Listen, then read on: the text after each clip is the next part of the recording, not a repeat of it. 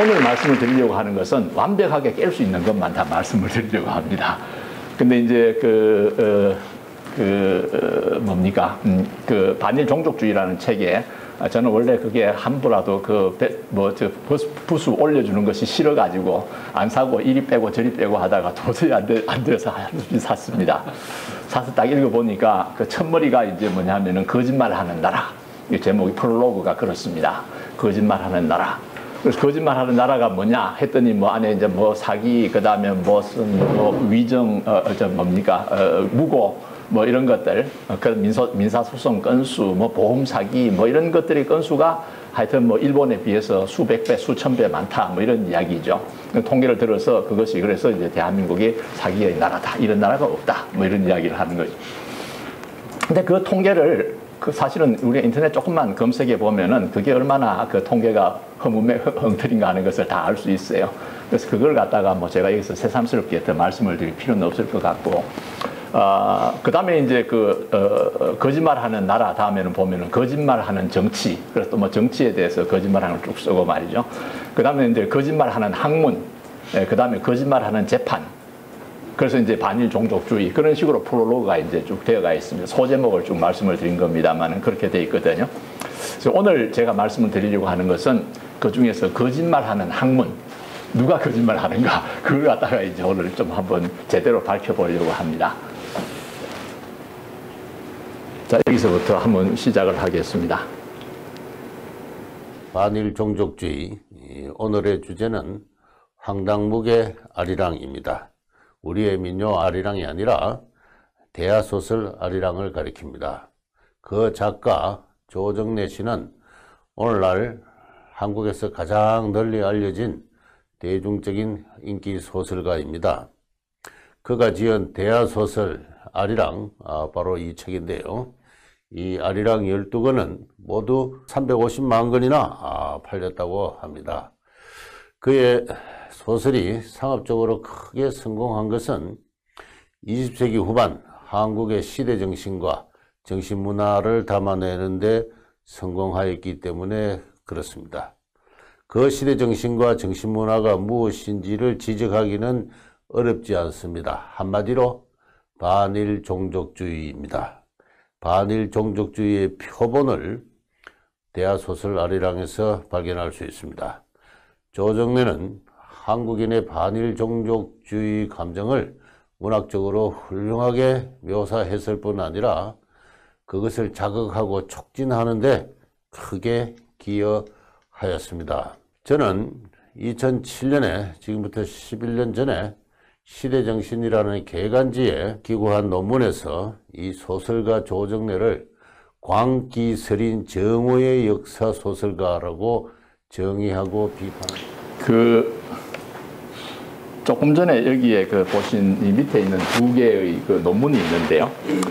이 논문은 이제 제목이 원래 이렇게 짧지가 않고 긴데, 그죠? 광기서린 정오 역사소설가 조정래 이런 식으로 되어 있습니다. 근데 제목이 훨씬 더 깁니다, 원래는. 근데 이것은 이제 뉴라이트라고 알죠, 그죠? 뉴라이트의 개간지가 있는데, 개간지, 뉴라이트가 발행한 개간지가 있는데, 지금은 재정난으로 폐간이 되었다고 이야기를 합니다만은, 뉴라이트의 개간지인 시대정신이라고 하는 잡지가 있습니다. 개간지니까 계절별로 한 권씩 나오죠. 2007년 여름호에 이제 이 제목으로 이제 이영훈 교수가 글을 썼습니다. 그러니까 이 뉴라이트 개간지이니까, 그죠? 이 글을 쓰는 목적이 뭐냐 하면은 이 시대에 진보적인 지식인이라고 이야기하는 사람을 한 사람씩 돌려가면서 이제 공격을 하는 거죠. 그 전에 호에는 아마 백낙청 씨가 공격의 대상이 되었을 겁니다. 그리고 네 번째로 이제 조정래 소설가가 공격의 목표가 됐고, 그 공격을 한 사람이 이제 이영훈 교수가 이제 그걸 공격을 한 그런 셈이 됐죠. 그래서 이제 공격을 하면서 쓴 글이 요 책이 글이고요. 그 다음에 이제 그걸 하고 나니까 이 조정래 소설가는 소설가니까 말이죠. 학자하고 싸워가지고 그렇잖아요. 그죠? 그러니까 뭐 별 말이 없었어요. 말이 없는데 MBC에서 뉴스후라고 하는 그 뭐 탐방 뭐라 하나요? 무슨 뭐 다큐멘터리 탐사 기획 보도 뭐 이런 거 있잖아요. 그런 그 뉴스후라고 하는 곳에서 이제 이 문제를 들고 나와가지고 팩트 체크를 한번 했던 모양이죠. 그랬더니 이제 이영훈 교수가 가만히 참고 있습니까? 그래서 이제 그것에 대해 다시 이제 그 반박하는 글 쓴 것이 밑에 있는 겁니다. 조정래와 MBC의 반박에 대한 재반박 이런 식의 그 글을 갖다가 썼습니다.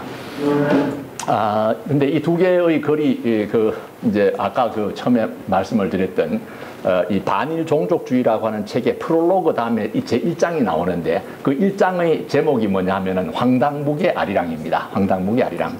그래서 이제 이 조정래 소설가의 그 소설이 그 아리랑이라고 하는 역사 소설이 얼마나 그것이 역사적인 사실과는 관계없는 그런 것인가 하는 것을 이제 이야기하려고 하는 것이죠.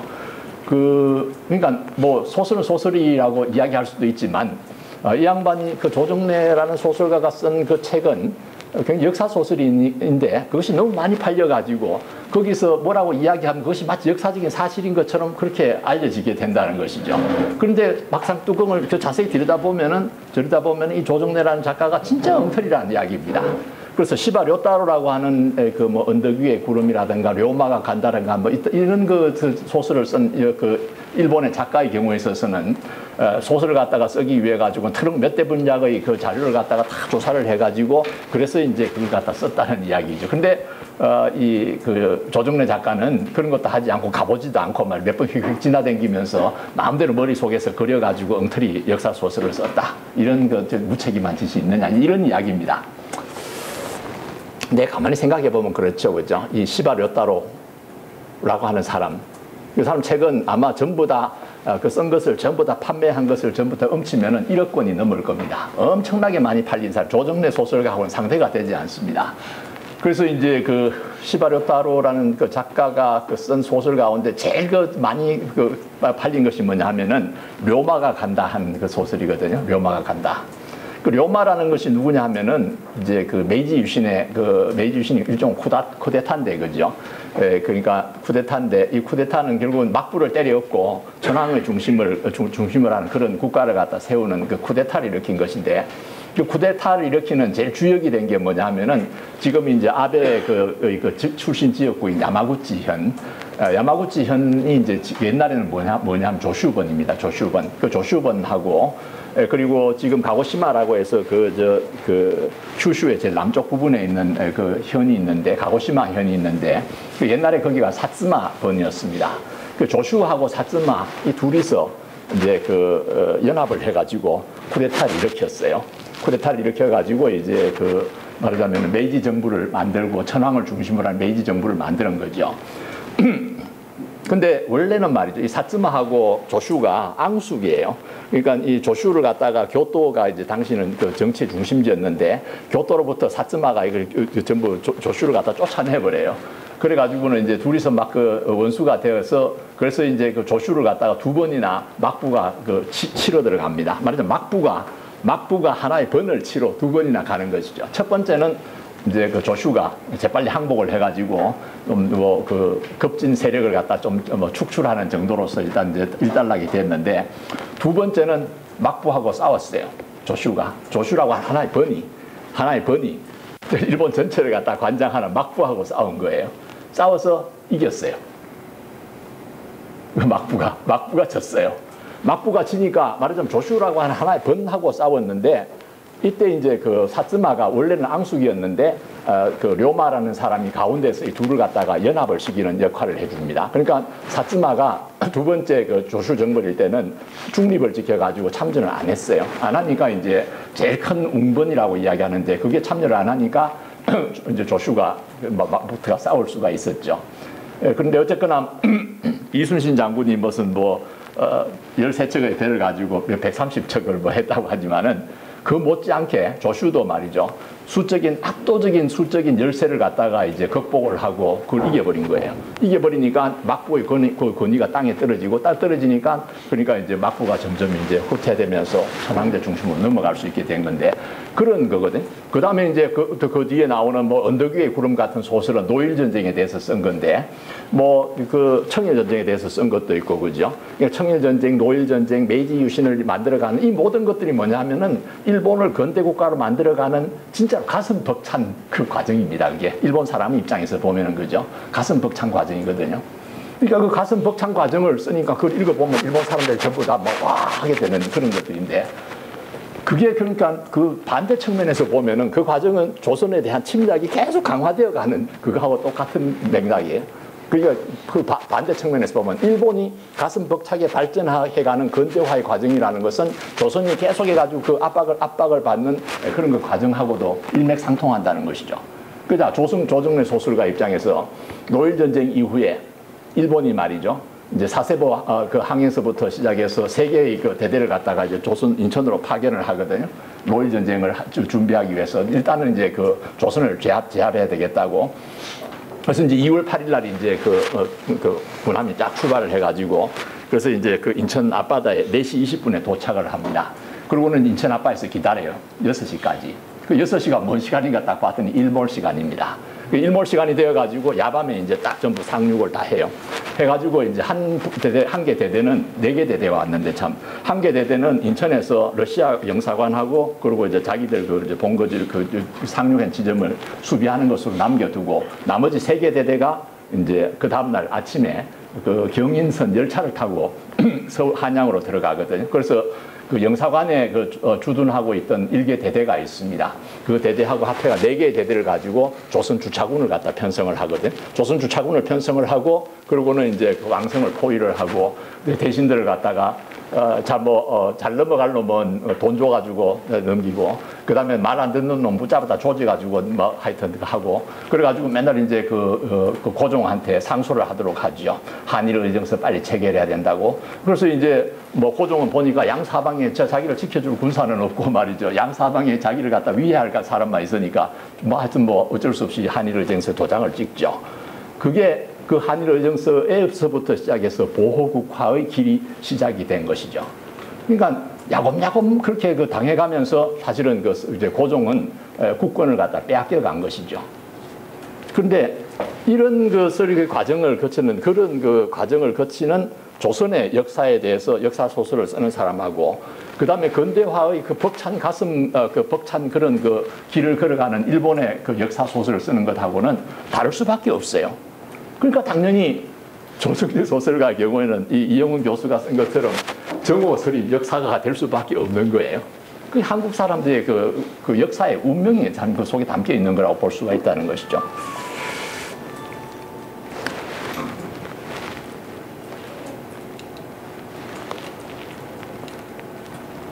자, 이제 오늘 그 이야기 말씀을 드리려고 하는 것은 앞에서 말씀드린 2개의 그 논문이 있는데 그 논문은 지난번에 제가 드렸는지 모르겠습니다만은 이 2개의 논문을 그 축조 심의하듯이 한 줄 한 줄 읽어가지고 그게 팩트 체크를 해나가는 그런 방식으로 해나가도록 하겠습니다. 그 말씀을 드리기 전에 우선 오늘의 그 말씀의 그 무대가 되는 지역을 조금 이제 전체적으로 한번 살펴보도록 하겠습니다. 구글 3D 가지고 이제 본 곳인데 여기에 이제 그 금강이 이렇게 흘러가고 있습니다. 금강이 있고 그 옆에 이제 만경강이 이렇게 흘러갑니다. 만경강이 흘러가고 그 아래쪽으로 동진강이 이제 이렇게 흘러갑니다. 요 그 금강부터 시작해서 동진강하고 사이인 이 부분을 갖다가 우리가 보통 김제 만경평야라고 이야기를 합니다. 위에 있는 요 부분이 만경이거든요. 요 만경이 있으니까 만경 여기 김제 부분입니다. 그래서 김제 만경평야라고 이야기를 합니다. 지금 이 지도를 보시면은 여기서 색깔이 옅은 이 부분은 다 평지입니다. 그 구릉지대, 아주 높아봤자 뭐 20-30m 뭐 그런 그 구릉지대고 이쪽 편 여기가 이제 산악지대죠. 여기는 바다고 그죠. 그리고 이 바깥쪽에 새만금 방수대가 다 만들어졌습니다. 그러니까 이 그 지도에서 우리나라 지도를 갖다 펼쳐봤을 때 한반도에서 이렇게 넓은 평야지대가 있는 곳은 없습니다. 여기가 한반도에서 제일 넓은 평야지대가 있는 곳입니다. 그런데 하나 또 이제 그 중요한 특징은 뭐냐면은 여기에 요 강 하구에서는 조금 이제 무슨 뭐 강 같은 표시가 납니다만은 안쪽으로 들어가면 강인지 무슨 뭐 실금인지 알 수가 없을 정도로 아주 강이 폭이 좁습니다. 왜 그러냐 하면은 이 강이라는 것을 수원이 여기에서부터 발원을 하니까 여기에 뭐 이쪽 편은 나머지 이쪽 편은 이쪽으로 다 흘러가 버리거든요. 그러니까 이쪽 편으로 흘러가는 물은 보면 여기에서부터 요 사이의 그 구간이니까 강의 길이가 짧습니다. 강의 길이가 짧고, 그 다음에 우리나라는 강우가 집중적으로 8, 9월, 7, 8, 9월 이때 집중적으로 오는 그런 특징을 가지고 있으니까 보통의 경우에는 강이 물이 하나도 없는 그런 경우예요. 이 평야가 굉장히 넓은 반면에 그 평야에 충분하게 물을 공급할 수 있는 수원이 제대로 없는 지역이 바로 김제 만경평야라는 것이죠. 그러니까 옛날부터 시작해서 그 문제를 다 알고 있었어요. 그죠? 알고 있었으니까 이 삼국시대부터 시작해서 이 지역에 이제 그 저수지가 만들어집니다. 큰 저수지가 만들어지는데 그 중에 하나가 뭐냐면은 요것은 만경강 북쪽에 그죠. 여기에 보면은 이 황등제라고 하는 그 저수지를 만들어요. 그 다음에 또 여기에 벽골제라고 하는 유명한 벽골제가 만들어지고, 그 다음에 여기에 보면 눌제라고 하는 것이 고부천에 만들어집니다. 그 벽골제는 원평천에 만들어지는 것이고, 그죠? 이렇게 만들어지는데, 이런 그 저수지들은 보시면 아시겠습니다만은 다 여기 평지 속에 있는 그런 저수지들입니다. 평지형 저수지. 그 평지형 저수지는 뭐냐 하면은 누굴 이렇게 막았을 때 뚝안하고 박하고가 말이야 높이가 이제 표고가 별 차이가 없는 곳이에요. 그러니까 물을 가두려고 하면은 결국은 되게 넓은 면적에 수몰지가 생겨버린다는 이야기죠. 그러니까 경제적으로 따지면은 예를 들어서 1의 물을 갖다 저장하는 1의 면적을 가지고 저장을 하면 그거 가지고 해봤자 한 3 정도의 관계밖에 못하는. 그러니까 매우 비경제적인 그와 같은 이제 저수지가 평지형 저수지라는 이야기죠. 근데 이제 일제시대가 되면은 일본 사람들은 이제 좀 근대적인 토목 기술을 가지고 들어오거든요.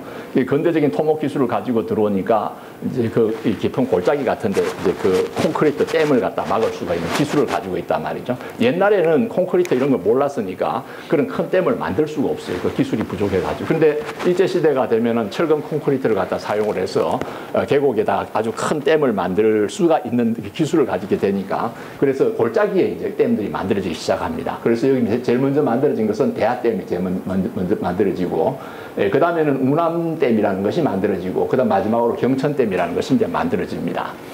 근데 이 대하댐이라고 하는 것은 아마 독일인 기술자가 설계를 해가지고 굉장히 우아하게 잘 만들어져 있는 그런 것이고, 한국에서 제일 먼저 만들어진 저수지라고 이야기를 하죠. 그 다음에 여기 나오는 이 우남제라고 하는 우남댐이라고 하는 것은 여기 산이 이렇게 있는데 이게 산 이쪽 편이거든요. 그러니까 여기서부터 동진강은 여기서 흘러가지고 이렇게 내려오는데 여기서 여기까지가 이렇게 동진강입니다. 그런데 여기에 우남댐은 뭐냐면 이 위에서부터 이렇게 해가지고 밑으로 내려가는 섬진강의 상류에 있어요. 섬진강의 상류에 있어요. 섬진강에다가 이제 섬진강 상류에다 댐을 막으면 여기 물이 이렇게 고여지는데 이 물을 도수 터널을 통해 가지고 이쪽 편으로 동진강 쪽으로 흘려 보내서 그래서 이제 김제 만경평야에 부족한 물을 보충하는 그런 방식으로 공사가 진행이 됐습니다. 그래서 이 우남댐이 만들어짐으로 인해 가지고 만경강 남쪽에 이 부분에 있어서의 수리 문제, 물 부족 문제가 기본적으로 이제 해결이 됐다 이렇게 말씀을 드릴 수가 있습니다. 근데 그 전에는 여전히 물이 부족했죠. 이 물이 부족했기 때문에 이 만경강 남쪽은 그런 문제 때문에 만경강 북쪽에는 일찍이 1910년 부근이 되면 여기서부터 여기까지 전부 수리조합이 다 만들어집니다. 수리조합이 다 만들어지는데 1910년, 9년, 10년, 11년 이 부근에 수리조합들이 다 만들어지는데 이 만경강 남쪽은 물이 부족한 것이 그냥 가장 근본적인 문제가 되니까 그러니까 물 때문에 자기들끼리 싸움이 일어나가지고 수리조합을 만들지 못했어요. 그래서 1925년에 이 우남제가 건설이 되면서 비로소 여기에 수리조합이 만들어지게 됩니다. 그게 이제 동진 수리조합이라고 하는 것인데 그 동진 수리조합이 그렇게 해서 만들어졌습니다.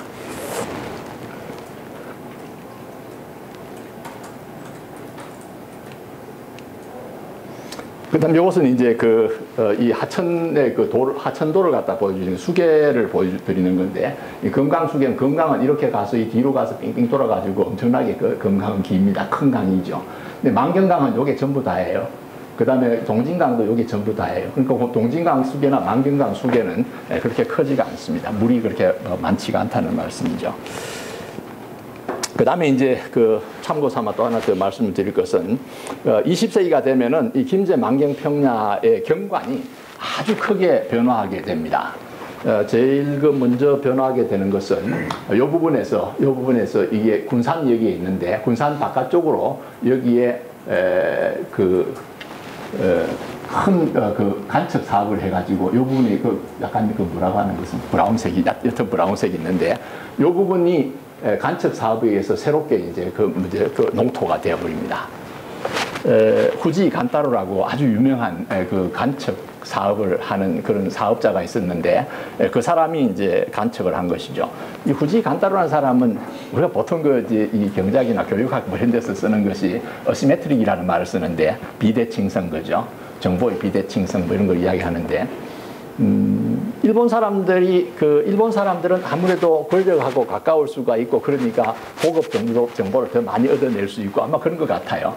이 사람은 이제 뭘 했느냐 하면은, 여기에서도 한 것이 뭐냐, 군산이라고 하는 도시가 이게 굉장히 일제시대 때는 중요한 쌀 수출항이 돼가 아주 빠르게 발전했던 그런 도시입니다. 근데 그거하고 못지않게 또 중요한 데가 어디냐면은 신의주가 또 그렇거든 거죠. 그런데 이게 압록강 하구에 신의주가 있는데, 그 신의주는 겨울이 되면은 압록강이 얼어가지고 자꾸 막히거든요. 그 결빙 때문에 신의주가 이제 배가 들어가기가 어려워요. 그래서 이제 그 다음엔 용안포를 이제 개항을 했는데, 용안포에도 역시 그런 문제가 조금 남아 있었어요. 그래서 이제 또다시 한 것이 뭐냐면 다사도라고 하는 섬이 있는데, 그 다사도를 갖다가 이제 항구로서 개발하는 사업을 했어요. 그래서 다사도까지 신의주를 통해 가지고 다사도까지 철도를 놓고 이렇게 했는데, 그 다사도 옆에 보면은 이 후지 간따르라는 사람이 엄청나게 넓은 면적을 간척을 또 합니다. 다 하게 되면 어떻게 되나요? 말하자면 신도시, 그죠? 신도시를 자기가 전부 다 이제 그 토지를 거기 다 지게 된다는 이야기죠. 군산 옆에도 역시 마찬가지입니다. 이 사람은 다 그런 식으로 했죠. 자, 그렇게 해서 여기에 이제 후지 간따르라고 하는 후지 회사죠. 후지 간따로 회사인데, 그죠? 회사가 여기 만드는 것이 있고, 그 다음에 여기는 뭐냐 하면은 동진 농사 회사라고 하는 데서 이제 만들었습니다. 여기서까지 이렇게 방조제를 만들었는데, 이 방조제는 이름이 광활제입니다. 광활하다, 넓다, 뭐 그런 의미죠, 그죠? 광활제라고 하는 방조제를 만들어 가지고, 그래서 안쪽을 간척을 했습니다. 그걸 만드는 이게 크죠, 그죠?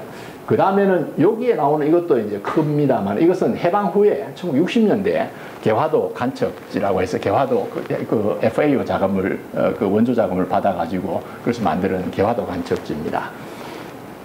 그리고 뭐 나머지 이것도 이제 군장 공업지대 관련해 가지고 새로 해방 후에 만드는 것이 대부분이고, 일제시대 만드는 것 중에 큰 것은 요것, 그 다음 이쪽 편에 여기에 뭐 조그만한 거 이런 것들 몇 개가 있습니다. 이런 것들이고, 이건 나머지 것들은 다 해방 후에 만들어지고, 최근에는 여기가 이제 새만금 방조제가 돼서 이 안쪽을 완전히 그냥 다 쌍전벽해로 만들어버리는 그런 일이 벌어지죠. 저게 좋은 것인지 나쁜 것인지 알 수는 없습니다만은, 하여튼 20세기에 들어가지고 가장 쌍전벽해라고 이야기하는 그런 변화가 제일 잘 드러나는 곳이 바로 이 김제 만경평야 지역이다. 뭐 그건 분명한 것 같습니다. 좋은지 나쁜지에 대해서는 뭐 말씀을 드릴 수가 없습니다만, 하여튼 그렇다는 것이죠. 지금 이제 이번 시간에 여러분에게 말씀을 드리려고 하는 것은 바로 이 김제 만경평야와 관련되어 있는 그런 것들입니다. 자, 우선 그 논문에 처음에 개간 시대정신 여름호에 2007년 여름호에 거기에 보면 첫머리가 무슨 당산나무에다가 뭐 묶어놔 놓고 적결 처분을 하는 것부터 시작해서 지시마 열도에 군사 시설을 짓고 나서 비행장을 건설하고, 비행장이 건설했던 인부들을 전부 다 이제 토치카 속에 몰아넣고 기관총 쏴가 다 죽인 거, 뭐 이런 것들을 이제 쭉 이야기를 하는데, 그건 아까 말씀드린 대로 제가 다룰 부분은 아니고, 제가 다루려고 하는 것은 김제 만경평야의 농업과 관련되어 있는 그 부분을 하나하나 팩트 체크를 하겠습니다. 왜냐하면 그것은 명백한 근거 자료를 제가 다 제시할 수 있기 때문에 그렇습니다. 자, 우선 하나는 이제 뭐냐면은 조정래 소설가의 소설에 보면은 이완용을 내국노라고 하잖아요, 그죠? 그래서 이완용을 갖다가 또 조정래 소설가가 공격을 합니다. 이완용은 그러니까 이제 여기에 보면은 이완용이 김제군 진봉면에 3천 성낙 내지 5천 성낙 성낙의 대규모 토지를 마련했다고 한다. 물론 소설 속의 가상의 이야기이다. 러일 전쟁 이후에 일본인들이 들어와 토지를 사들이기 시작했고 그때 이완용이 그 거대한 토지를 모두 일본인에게 넘겼다는 것이다. 그 소설대로라면 이완용은 1905년에 나라를 팔아먹기 전에 김제 만경평야에 있는 토지부터 먼저 팔아먹은 셈이다. 이렇게 해서 이야기를 하고 있습니다. 말하자면은 조정래 소설가가 3천 성낙 내지 5천 성낙이라고 한 것은 그 터무니없는 엉터리다. 이제 그런 이야기죠. 근데 성낙이라고 하는 것은 무슨 의미냐 하면은 그 두락이라는 말은 많이 쓰죠. 두락이라는 말은 이게 이런 글자입니다.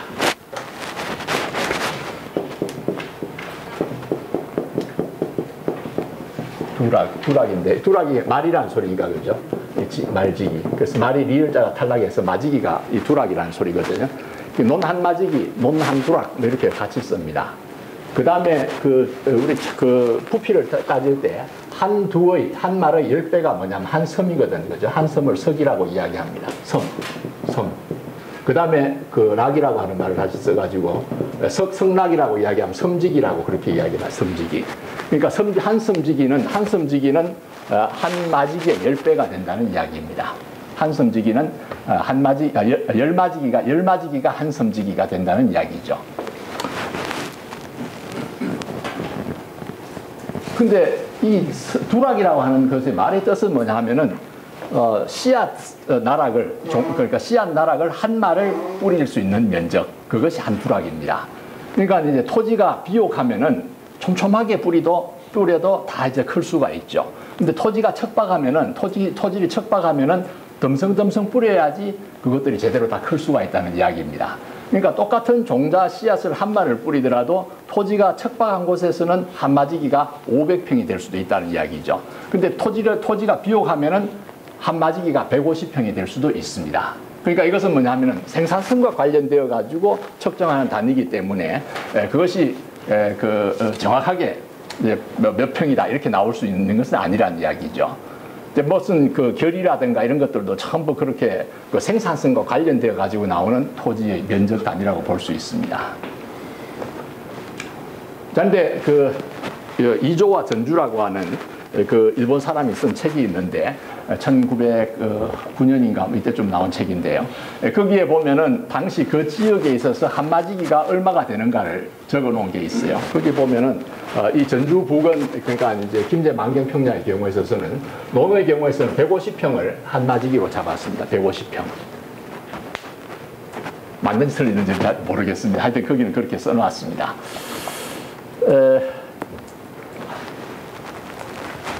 150평이 한마지기니까 1500평은 열마지기가 되죠. 그죠? 그리고 이제 1500평은 열마지기가 되니까 열마지기가 되고, 그러니까 1성낙은 1500평이에요. 1500평. 보통 이제 정보라는 것을 쓰는데 1정보는 3000평이거든. 3000평이거든요. 3000평이니까 따라서 1성낙은 전라도 징제 만경평야의 경우에서 가지고는 1정보는 2성낙이다. 이렇게 계산할 수 있습니다. 1정보는 2성낙이다.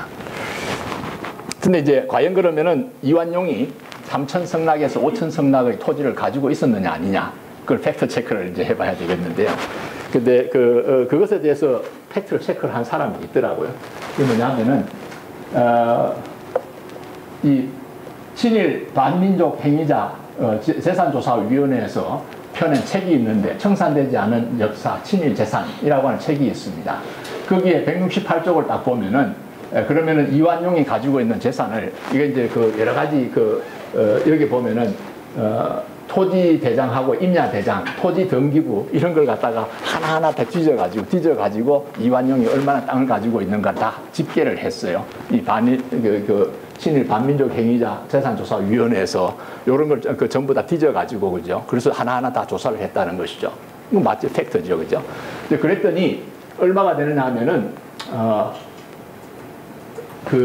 토지 이완용 일제 초기의 토지 보유 규모가 이완용의 토지 보유 규모가 약 1,309필지에 1,573만 제곱미터였더라는 이야기죠. 1,573만 제곱미터인데 이것을 갖다가 계산을 해보면은 아까 이야기했던 일성락을 1,500평이라고 잡았을 때 딱 3,000평이 3,000성락이 되더라는 거죠. 3,000성락이 딱 돼요. 5,000은 아니고 3,000. 그러니까 팩트 체크를 해보면은 조덕래 소설가가 어디서 주워들었는지는 모르지만은 그 소설가가 한 말이 맞고 이영훈 교수가 황당하다고 한 말이 황당합니다. 진짜. 좀 질문이 있는데 네. 저희가 이제 제가 그 시골에 있을 때 보면은 네. 저희가 참고로 저는 이제 전남 영광인데 저 때는 어쨌는지 모르는데 저희가 있을 때는 마지기가 200평. 200 그리고 논하고 바다하고 또 다릅니다. 구분이 없거든요. 달라요. 그게 다 다르고 근데 이제 하니까. 저희 시골에서는 구분이 없었거든요. 네.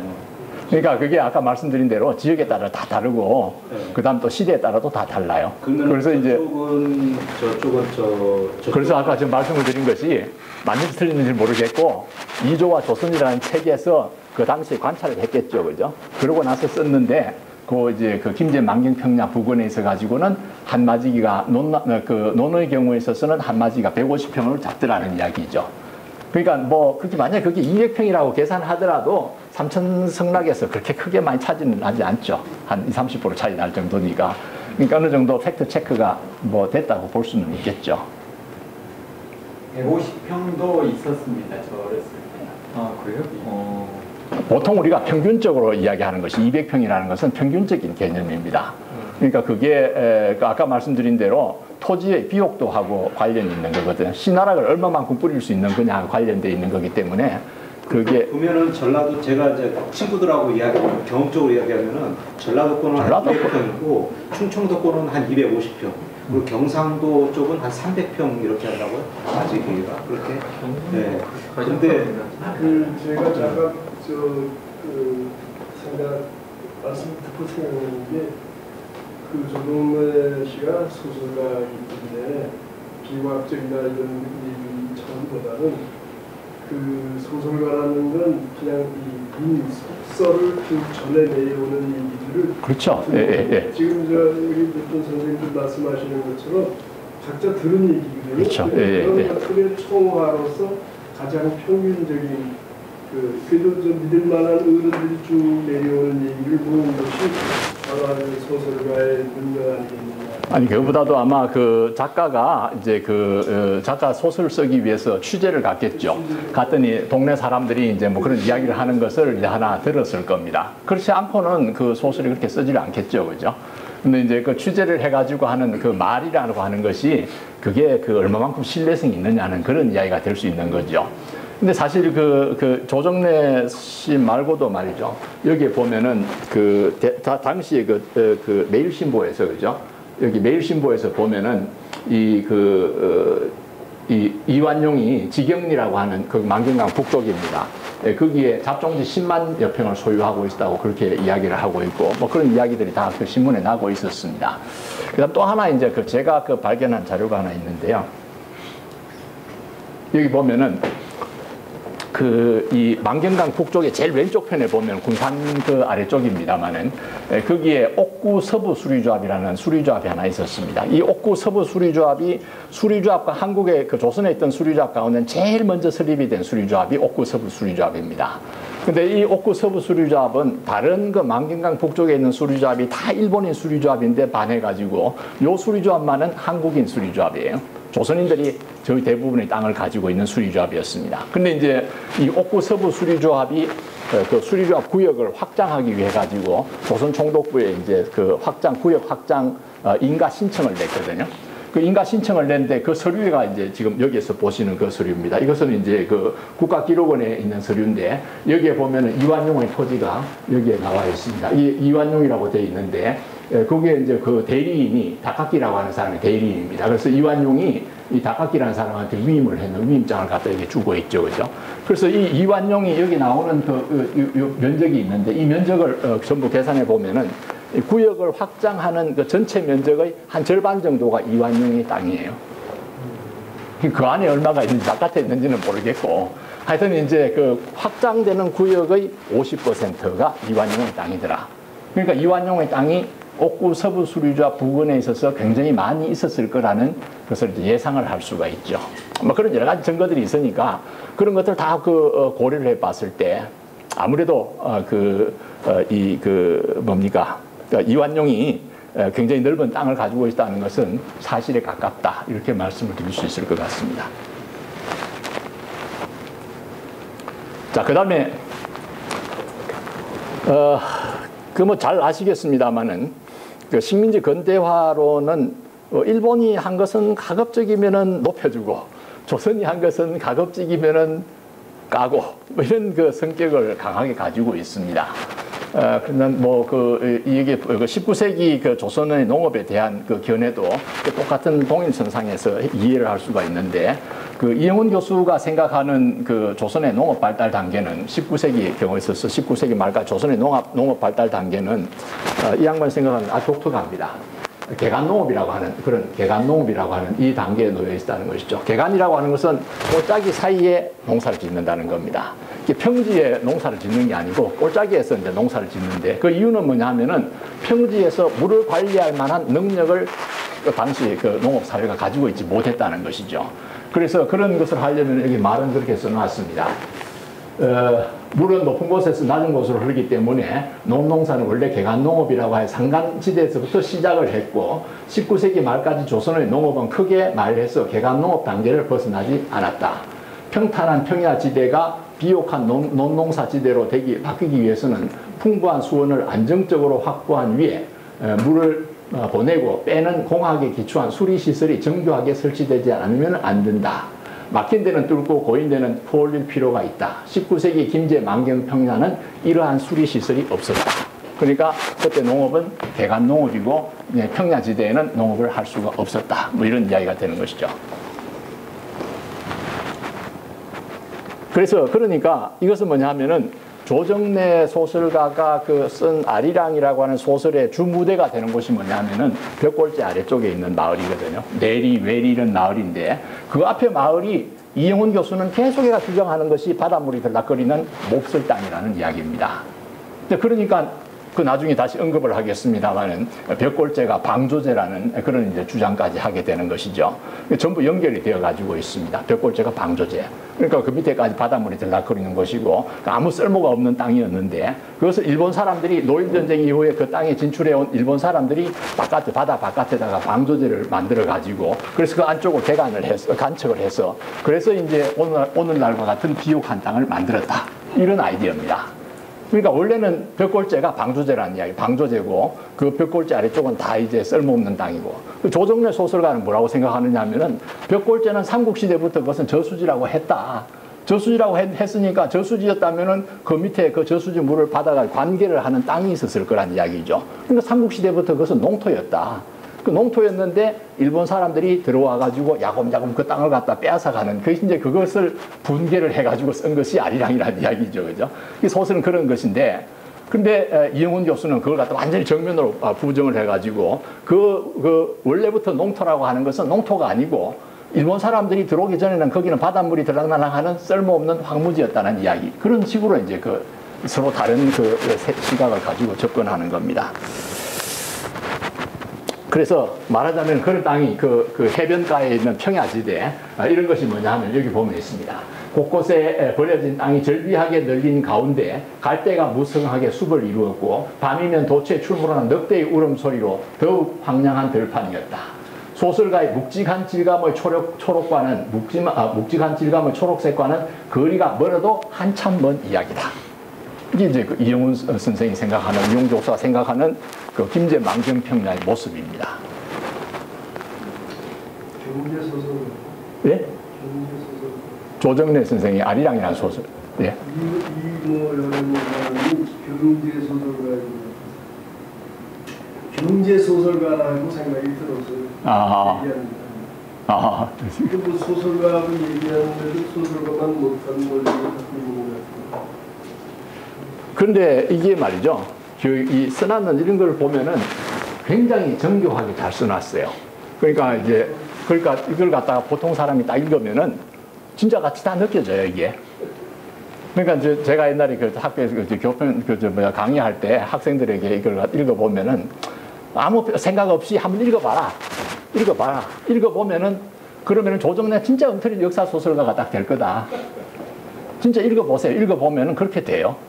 물론 막 그냥 이런 그냥 원래부터 대먹지 못한 놈이라는 그런 굳은 그 신념을 가지고 그걸 보시면은 절대 그렇게 안 느껴지시겠지만은 아주 기분만 나쁘고 흔히 이야기하듯이 1년 동안에 두 통을 느꼈다는 그런 식의 그 생각을 갖게 되겠지만 그러나 혹하고 넘어갈 만하게 다 써놨어요. 굉장히 아주 정교하게 잘 써놨습니다. 아주 문장력이 탁월해요.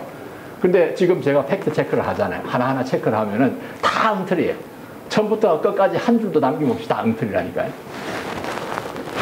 자, 그래서 여기에 이제 그 다음에 보면은 이런 그 이야기인데 개간농업이라는 이제 체크를 해봅시다. 과연 그 19세기 말까지 조선의 농업이 개간농업 단계에 불과했느냐? 팩트 체크를 해보자는 것이죠. 이제 일제시대 때 만든 지도가 있는데, 지도가 이제 이 김제하고 그 만경강 있는 이쪽으로 보면은 4개의 그 지도장, 도엽이라고 이야기를 합니다. 지도 한 장 한 장을 도엽이라고 하는데, 4개의 도엽을 이제 전부 엄쳐가지고 만드는 지도예요. 굉장히 큰 지도를 갖다가 지금 압축을 한 것이죠. 근데 거기에 보면은 바닷가에 이제 그 범례 표시에 보면은 토위라고 하는 게 있습니다. 토위라는 것은 흙으로 쌓은 뚝과 같은 것을 토위라고 이야기를 하고, 그 다음에 또 하나가 이제 누석위라는 것이 있는데, 누석이라는 건 돌을 갖다 쌓았다는 이야기죠. 그래서 울타리를 만들었다는 이야기입니다. 그 누석위하고 토위가 있는데, 누석위하고 토위는 뭔가 어쨌든 사람이 손을 대가지고 만드는 거 아니에요, 그죠? 그러니까 그런 것들이 있는 부분을, 누석위와 토위의 표시가 있는 부분을 빨강색으로 전부 마킹을 했습니다. 근데 이 마킹을 했는데 보면은 해변가에도 있고, 그 다음에 여기 보면 하천 주위에도, 여기 이제 하천이거든요. 이게 동진강인데, 동진강 주위 같은 이런 곳에도 그런 토위, 이런 것들이 있다는 이야기죠. 이 하천에 뚝도 있고, 그죠? 해안가에 있는 그런 토위라든가 이런 것들은 아마 그것은 이제 그 방조제였을 겁니다. 자, 1917년에 지도, 16년에 만드는 것, 제가 처음으로 만드는 지도가 1916년하고 17년에 청량한 것인데, 거기에 보면은 이런 식으로 다 이제 바닷가에까지 있다는 것이죠. 근데 문제는 뭐냐? 문제는, 이 1916년 지도에 나와 있는 이 방조제 표시, 이것이 과연 조선시대부터 있던 거냐? 아니면 일본 사람들이 들어와가지고 만드는 것이냐? 그걸 이제 알아야 하는데, 그죠? 그 문제는 조금 이따 다시 그 말씀을 드리겠습니다만은 이것은 조선시대부터 있던 것이었습니다. 대부분의 것이, 그죠? 거의 대부분이, 여기 빨간색으로 표시한 이 거의 대부분은 조선시대부터 있던 것이었는데, 그것에 대한 증명은 조금 이따가 다시 하겠습니다. 지금은 일단은 그렇게만 말씀을 드리고 넘어가겠습니다. 그러니까 제가 이제 나중에 말씀드리는 것 바처럼, 만약에 이 빨간색으로 표시한 요 줄들이 조선시대부터 있던 방조제고 저수지의 그 뚝이고, 그리고 그 하천의 제방이었다고 한다면, 그러면은 조선시대에 이미 그 농업은 개간농업이 아니고 평지까지, 해안 아주 그까지 충분하게 뻗어져 왔다는 것을 의미할 수 있죠. 개간농업이라고 하는 19세기 말까지 조선의 농업은 기본적으로 개간농업이라고 하는 이영훈 교수의 주장은 완벽하게 부정이 될 수 있다는 이야기죠. 물론 이제 여기에 보면은 아직도 아까 말씀드렸던 그 후지 간따로의 그 간척지 같은 것은 여기에 포함이 되어 있지 않습니다. 그거는 이제 그 1920년대 들어가가지고 간척이 되는 거니까 그렇게 되어 있습니다. 자, 그 다음에 이제 그 초창기의 수리조합하고 방조제 축조에 대해 가지고 이제 써놨는데, 이 초창기에 그 수리조합을 갖다 만들 때 이영훈 교수의 생각은 뭐냐면은 만경강 북쪽에 수리조합을 많이 만들었다고 말씀드렸잖아요, 그죠? 그 수리조합을 만들 때 이 수리조합을 만든 사람들이 했는 일이 뭐냐? 여기에 보면 나와 있습니다. 옥구서부 수리조합, 그 다음에 임익수리조합, 임피중부수리조합, 임익남부수리조합, 전익수리조합 이런 것들이 1909년까지 차례차례 생겼고 뭐 이렇게 이제 많이 생겼다는 것이죠. 이곳의 초창기 수리자 사업의 사업은 기존의 수리 시스인 재원과 보를 확장하거나 해수의 침입을 막기 위한 방조제 축조를 주요 내용으로 했다라고 써놓았습니다.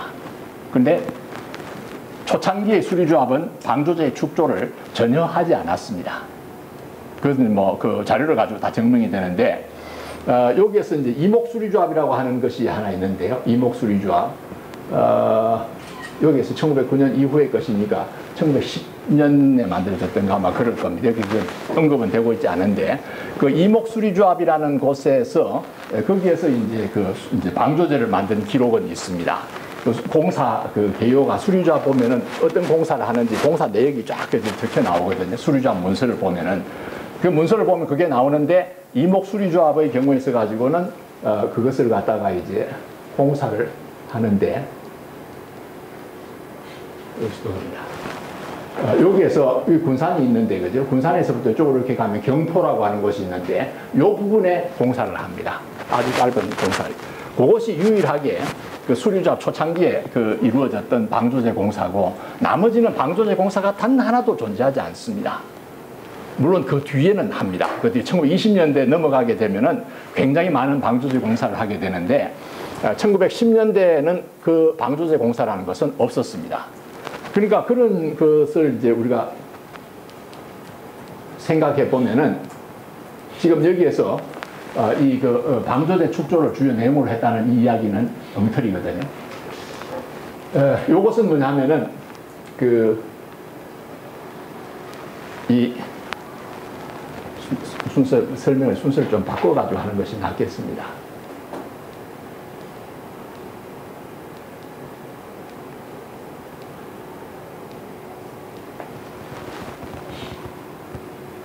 요거부터 시작을 해보겠습니다.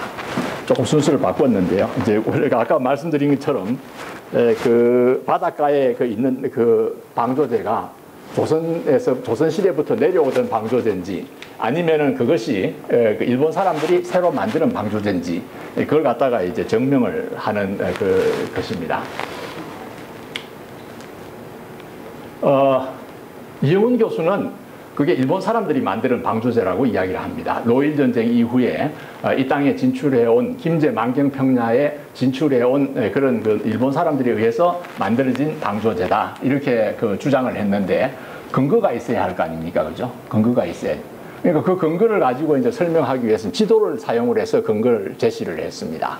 그런데 이 지도에는 보면은 조선 총독부 시대에 들어와 가지고 일본 육군 척지부가 그 제작한 지도가 있습니다. 그것이 이제 1916년, 17년경에 처음 척도가 되고 1921년경에 제1회 수정 척도가 되고 1934년경에 제2회 수정 척도가 되고 이런 식으로 이제 계속 척도가 수정이 이루어지는 그런 지도들인데 그 지도 이전에 그 지도는 이 조선 총독부 시대에 들어와 가지고 만드는 지도는 삼각청량법에 의해서 아주 정교하게 청량이 된 그런 지도입니다. 근데 그 이전에 그러니까 일본의 식민지가 되기 이전에도 조선에서 일본 사람들이 만드는 지도가 있습니다. 그것은 뭐냐면은 한일 협약, 신협약 뭐 이런 것에 의해 가지고 그래서 이제 거기에서 이제 뭐 딸랑 뭐 2관까지 있는데 한 관이 뭐냐 하면은 일본 그 영사관의 그 직원들이 조선의 내지를 자유롭게 여행할 수 있는 그런 걸 하나 딱 넣어놨어. 이게 도대체 뭔 소린가 했더니 강화도 조약에서는 말이죠. 강화도 조약에서는 일본 그 해군이 조선 연안에 수로를 갖다 청량할 수 있도록 하는 그런 조항을 딱 넣어놓고 그죠. 그 다음에 한일 신협약인가 뭐 그것에서는 조일 신협약인가 거기에서는 이관에서 그 일본 영사관 직원이 조선 내륙을 여행할 수 있도록 하는 권리를 갖다 그 안에 박아 넣었어요. 그러고 나서는 뭘 하느냐, 영사관 직원에 이제 일본의 그 참모부, 일본 육군 참모부에 있는 그 무관들을 갖다가 그 군인들을 그 일본 영사관에 그 직원으로 넣어가지고 이 사람들이 이제 말하면 스파입니다. 스파인데 그죠. 이 사람들이 조선 전국 각지를 댕기면서 지도를 만드는 것이에요. 그런 것을 이제 보통 우리가 로드맵이라고 이야기를 하는데 당시는 아직도 그 일본 조선이 독립국가이기 때문에 자기들이 청량 도구를 벌려놓고 그 청량을 할 수가 없습니다. 그랬다가 몰매 맞아 죽죠, 그죠? 그 사람들이 그냥 들고 하니까. 그러니까 이제 그 몰래 청량을 하는데 이제 이 각 각도계를 가지고 그 이제 높이를 갖다가 이제 대충 청량을 하고 그러고 나서는 보폭으로서 몇 보 가면은 거리가 얼마가 된다는 되게 알 수 있잖아요, 그죠? 네, 그걸 가지고 이제 거리를 갖다 청량하고 이렇게 해서 자기들이 지나가면서 길 따라 지나가면서 그 옆에 보이는 산하고 이런 것만 쭉 그리는 겁니다. 그러니까 길 따라 지도를 만들면 길 따라 가지고 그 옆에는 없어요. 그런 지도를 만들었는데. 이게 대체로 그 이제 1888년 그 이전에 그 몇 년 전부터 이제 만들어진 지도입니다. 그리고 그것이 이제 청일전쟁 때 사용이 됐거든요. 그리고 청일전쟁 때 이제 사용이 되면서 또 이제 청일전쟁 때 뭐 조선을 갖다 사실은 지배한 거나 마찬가지니까 일본 육군 그 참모부의 청량 부대를 갖다가 200~300명을 한꺼번에 투입을 해가지고 그래서 이제 완벽하게 지도를 갖다가 만들었습니다. 역시 그때도 목척에 의해 가지고 하는 그런 지도였는데 그때 그 지도가 뭐냐면은 1895년부터 1900년 사이에 만들어졌을 것이라고 하는 그 지도입니다. 그 지도를 갖다가 이제 그게 낱장으로 쭉 흩어져 있는 거를 고려대학교 지리학과의 남영우 교수님이 그것을 다 끌고 모아서 책자로 만들으셨어요. 근데 그 책자를 이제 성진문화상 가는 곳에서 영인을 해서 팔았는데 요즘 절판이 돼가지고 사보고 싶었는데 못 샀어요. 뭐 대학 도서관에 있는 걸 제가 빌려가지고 봤는데 그 지도에 보면은 1895년부터 1899년 사이에 만들어진 그 지도를 기니까 1895년 지도라고 해보겠습니다. 1895년 지도를 보면은 김제 만경평야 쪽의 지도가 안타깝게도 그게 없어요. 김제 1917년에 만든 지도는 있는데 1895년 지도가 없어요.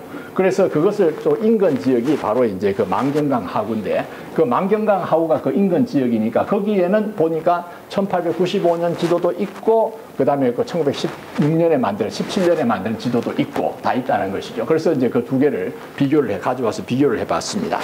위에 지도가 뭐냐면은 1895년에서 1895년에 만든 이거 1906년이라고 하면 엉터리입니다. 이거 이영훈 교수가 쓴 그대로 가져왔는 것인데 1895년에서 1899년입니다. 정확하게.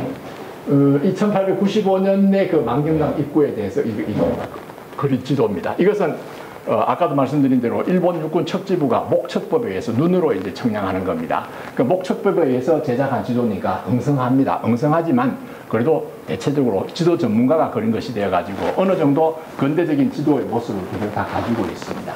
그 다음에 아래쪽의 것은 이제 이영훈 교수의 설명에 의하면은 1917년 만경강 입구라고 돼요. 1917년 만경강 입구입니다.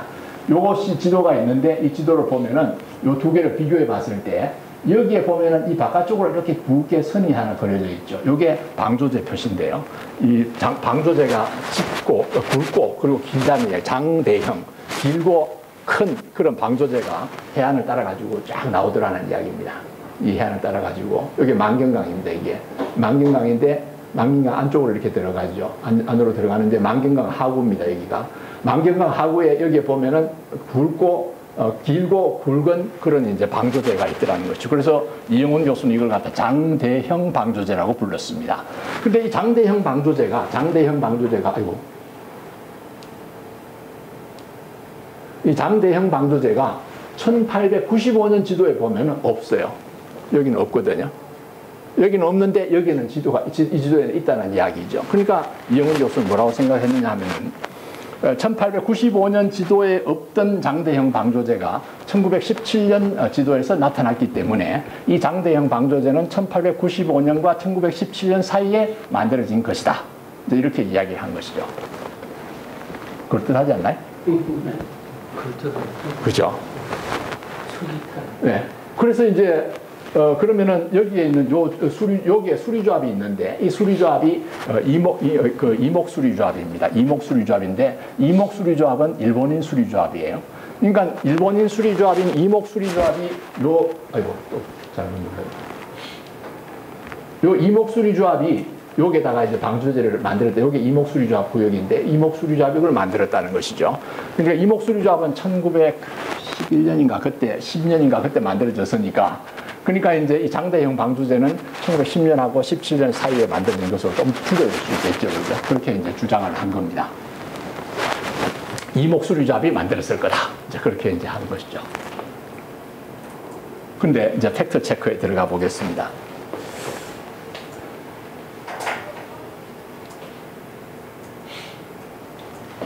제일 중요한 것은 아까 앞에서 뭐라고 말씀드렸습니까? 1895년 지도하고 비교하는 지도는 1917년 지도라고 이야기를 했죠. 그죠?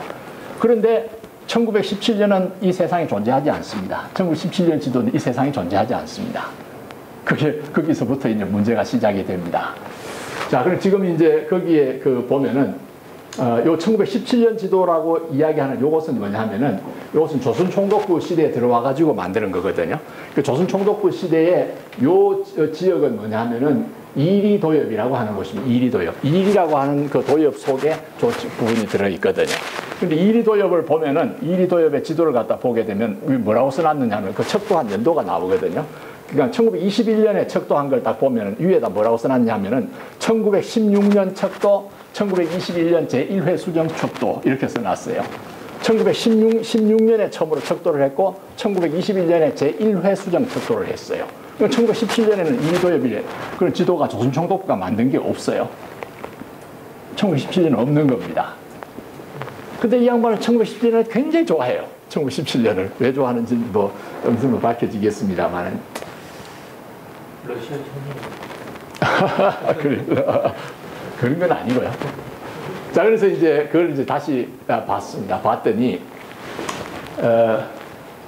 그래서 여기 보시는 것처럼 이리도엽은 1917년에 척도된 것이 없다는 것이죠. 1916년에 처음 척도가 되었고, 1921년에 수정 척도가 되었습니다.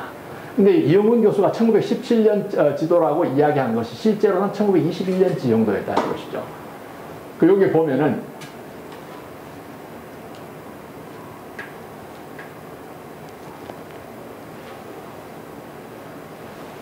요 지도는 뭐냐면 1916년 지정도입니다. 그러니까 1916년 지도가 있고 1921년 지도가 있는데 1916년 지도하고 1921년 지도하고 두 개를 비교해 봤을 때 요 부분을 딱 보면은 거죠. 요 부분을 보면 여기에 무슨 이렇게 무슨 조그만 사각형 같은 게 표시가 막 있죠. 그죠?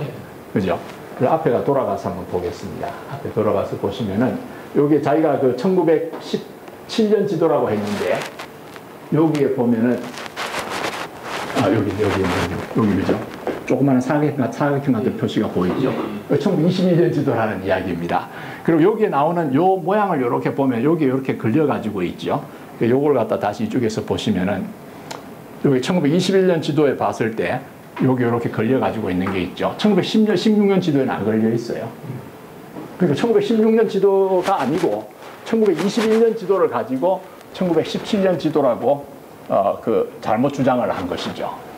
자, 얼른 생각하면 말이죠. 1916년하고 17년하고 1921년하고 불과 4년 차인데 그게 뭐 그리 대수냐 이렇게 이야기할 수도 있어요. 근데 그게 아주 다릅니다. 왜냐하면은 1917년 지도라고 이야기를 하면은 1917년까지 이미 만들어졌다는 이야기거든요. 근데 만약에 이게 1921년 지도인데 1916년에 여기 보면은 이 장대형 방주제가 없어요. 이 장대형 방주제가 21년 거에 있는 거고 1916년에는 없거든요. 그러니까 이것을 가지고 보면은 장대형 방주제라는 것은 이미 그 전에 만들어진 게 아니고 최소한 1916년부터 21년 사이에 만들어진 거라는 이야기입니다. 전혀 달라져요. 언제 만들어졌느냐는 것에 대한 추정하는 게 완전히 달라져 버려요. 근데 실제로는 이것은 뭐냐면은 야기라고 하는 사람에 의해 가지고 팔목이죠. 그죠? 야기라고 하는 사람에 의해서 1920년부터 만들어지기 시작한 방주제예요. 그건 이제 조선 총독부 관보에 보면 나옵니다. 근데 하여튼 뭐 그렇게 되는데 그걸 갖다가 노을 전쟁 이후에 1910년 부근에 만들어진 거라고 주장을 해버리는 결과가 됐다는 것이죠. 영엉터리도 그런 엉터리가 없습니다. 자, 그 다음에 이제 이 만경강 가에 그러면 여기에 나오는 그 방주제는 뭐냐? 이 방주제 표시가 이거거든요. 이것도 방주제 표시인데 이 방주제가 뭐냐? 이 위에 있는 이 방주제는 뭐냐? 이런 것들에 대해서 이제 또 의문을 가질 수가 있는데 그것에 대해 가지고는 이 일본 사람들이 만들어 놓은 군산 농사 조합이라고 하는 그 조합이 있는데 이 군산농사조합이라는 것은 뭐냐 하면은 일본 그 농업인들이 자기들의 권익을 지키기 위해서 만드는 그 단체예요. 그러니까 이제 자기들끼리 땅을 서로 막 살려고 하면은 값을 올리는 결과가 되잖아요. 그러니까 지역별로 나누어 가지고 너는 이 땅 사고 너는 이 땅 사고 이렇게 해서 독점적으로 사는 것이죠. 그죠? 그렇게 함으로써 이제 땅값을 싸게 후려칠 수가 있고, 그 다음에 또 이제 이 땅이 이 지역이 전부 다 아까도 말씀드렸듯이 물이 부족한 곳이니까 서로 이제 힘을 합해서 수리조합 같은 것을 갖다 만들려고 뭐 청원하고 하는 이런 것에서 이제 공동적으로 노력을 하는 그런 역할도 하고 뭐 이런 것들을 하기 위해서 이제 군산농사조합을 만들었어요. 그리고 군산농사조합에서 이 지역의 수리에 대해서 이제 조사를 다 했거든요. 수리 시설에 대해 조사를 했는데 이제 조그마한 팜플렛인데 그 팜플렛이 국가기록원에 거기 남아 있습니다. 그래서 그것을 봤더니 이런 식이에요. 여기에 보시면은 어디에서부터 어디까지 이런 식으로 쭉 나와 있는데 이것을 갖다 쭉 합해가지고 보면은 여기 길이가 나오거든요. 길이가 나오는데 그 길이를 전부 합해 보면은 약 한 25km 정도가 됩니다. 25km 정도가 되고 그 25km 지역이 어디냐 하면은 지역은 그죠? 여기서부터 시작해서 이렇게 가서 오봉이라고 하는 이까지 갑니다. 그러니까 말하자면 이 조선 이 지역 뭡니까? 이 자료에 나오는 이 지역이 아까 말씀드린 대로 장대형 방조제가 있는 지역을 전부 커버를 하고 있는데 이 방조제를 갖다 만든 때가 언제냐 하면은 이 자료에 보면 이 방조제를 만든 때가 1851년에 축조가 되었다고 이야기를 했어요. 1851년에. 그리고 길이가 14,230간이고 이것은 이제 현재 길이로 환산하면은 25.9km 정도가 된다는 것이죠. 조선시대에 이미 거기에 조선시대에 만드는 방조제가 다 있다는 이야기예요. 그게 일본 사람들이 만든 군산농사조합이라고 하는 그 자료에서 이미 다 밝혀지고 있는 거예요. 근데 그런 것들을 이제 전혀 도외시를 한 것이죠.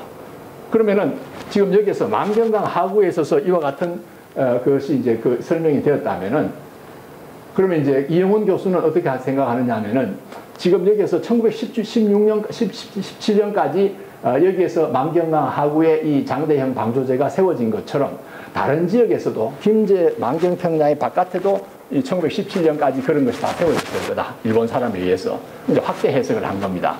그렇게 해서 아까 말씀드린 대로 이때까지는 벽골제까지가 벽골제가 방조제고 그 밑에까지 바닷물이 들어오는 곳이었는데 1917년까지 일본 사람들이 거기에다 이제 방조제를 새로 쌓아가지고 그 안에 땅을 간척을 했다라고 이제 주장하는 것인데 그거 전부 다 이제 엉터리가 되어가는 것이죠. 우리 설명에 의하면은 지금 제가 밝힌 것에 의할 것 같으면은 오히려 조선시대에 이미 거기에 조선 사람들이 만든 방조제가 존재했다는 이야기입니다.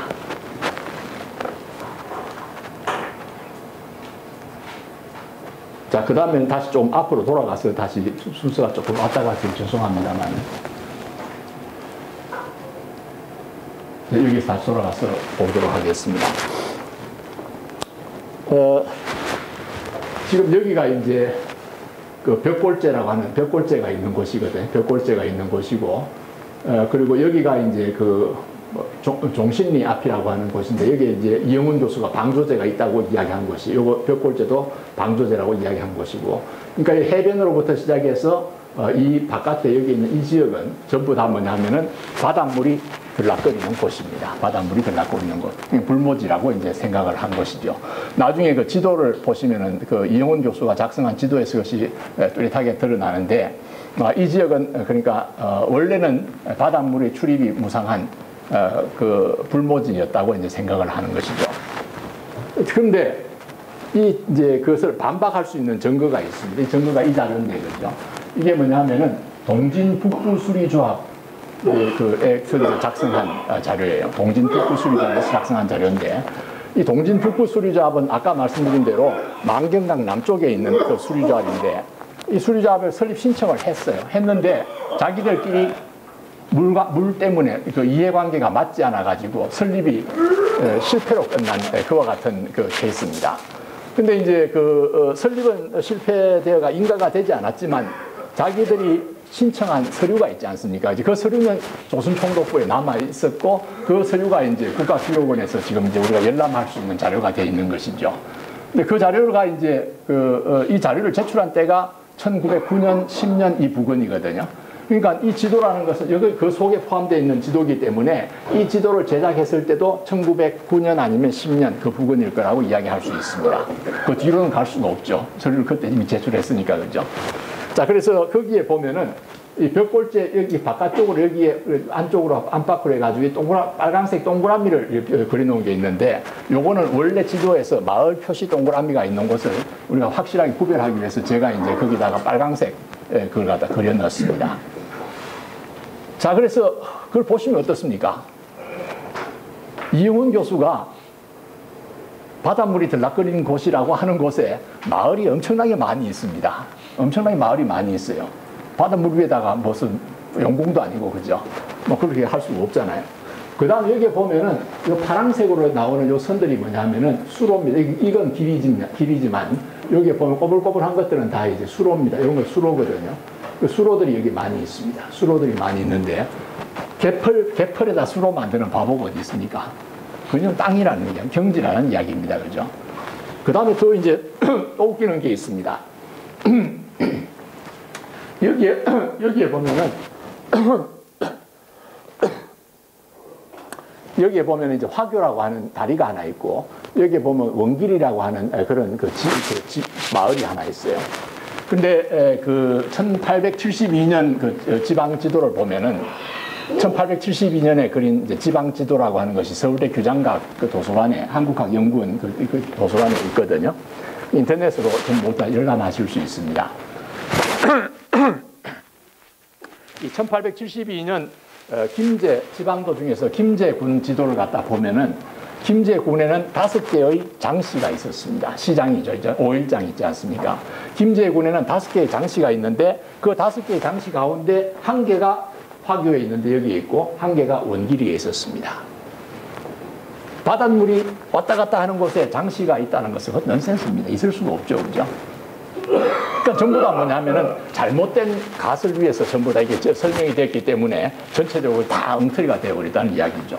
그러니까 결과적으로 우리가 그 결론을 말씀을 드리려고 한다면은 지금 여기에 1909년에 이 지도에서 보거나 아니면 앞에서 그 만경강 하구에 있는 그 군산농사조합에서 설명한 그 자료를 보거나 뭘 보거나 간에 여기에는 이미 조선시대부터 이 바깥에 해안선을 따라가지고 방조제가 존재하고 있다는 것을 우리가 알 수가 있다는 것이죠.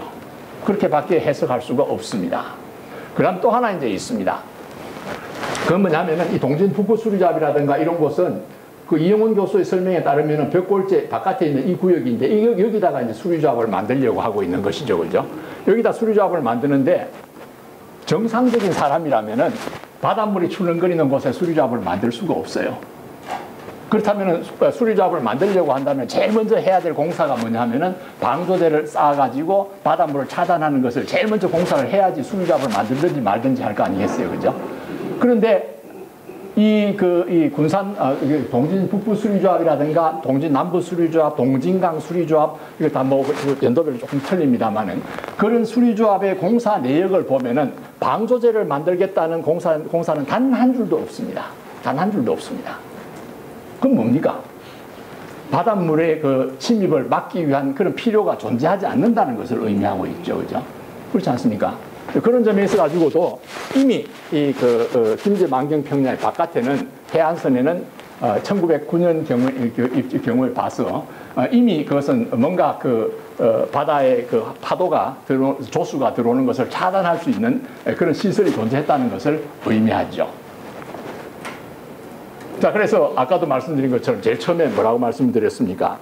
그 해안가에 있는 토위라든가 누석유라든가 이런 것을 이제 마킹을 했을 때 그것이 해변가까지 다 도달했다. 그렇게 말씀드렸잖아요. 그죠? 그때 그 토위라든가 누석유라든가 이런 그 수리시설들은 다 조선시대부터 내려오던 거다. 라고 말씀을 드렸는데 그것이 여기에서 이제 제 말씀을 통해서 입증이 되었다고 저는 생각을 합니다. 그러니까 조선의 농업은 개간농업이 아니다. 라는 이야기죠. 조선시대 농업은. 근데 그런 것을 이제 개간농업의 단계에 불과했다고 폄훼를 하는 그런 것이, 그건 매우 잘못된, 자기 나라의 그 농업의 기술의 발전 수준을, 물론 이제 그것은 전근대적인 농업 기술이니까, 오늘날과 같은 그런 농업 기술도 아니고, 전근대적인 토목 기술에 의해서 만들어진 거니까, 오늘날과 같은 근대적인 토목 기술에 의해서 만드는 또 구조물도 아니고, 이런 것이긴 합니다만은, 그래도 그 나름대로 전근대 사회의 경우에 있어서 발전할 수 있는 어느 정도의 수준까지 도달한 그런 것을 지나치게 폄훼하는 것이다. 그렇게 이야기할 수가 있겠죠. 그 다음에 또 이제 통계적으로 그것이 또 입증이 됩니다. 지금 여기에 보면은 이 전라북도 통계연보, 조선총독부 전라북도 통계연보라고 하는 책이 있는데 조선총독부 통계연보보다 하위죠. 전라북도의 통계연보 책입니다. 몇 권 남지 않았어요. 안 났는데 1913년부터 16년까지가 이제 쭉 있습니다. 근데 거기에 보면은 누년 통계 이런 걸 포함해서 다 보면은 이런 표를 갖다 만들어낼 수가 있습니다. 이게 섞여가지고.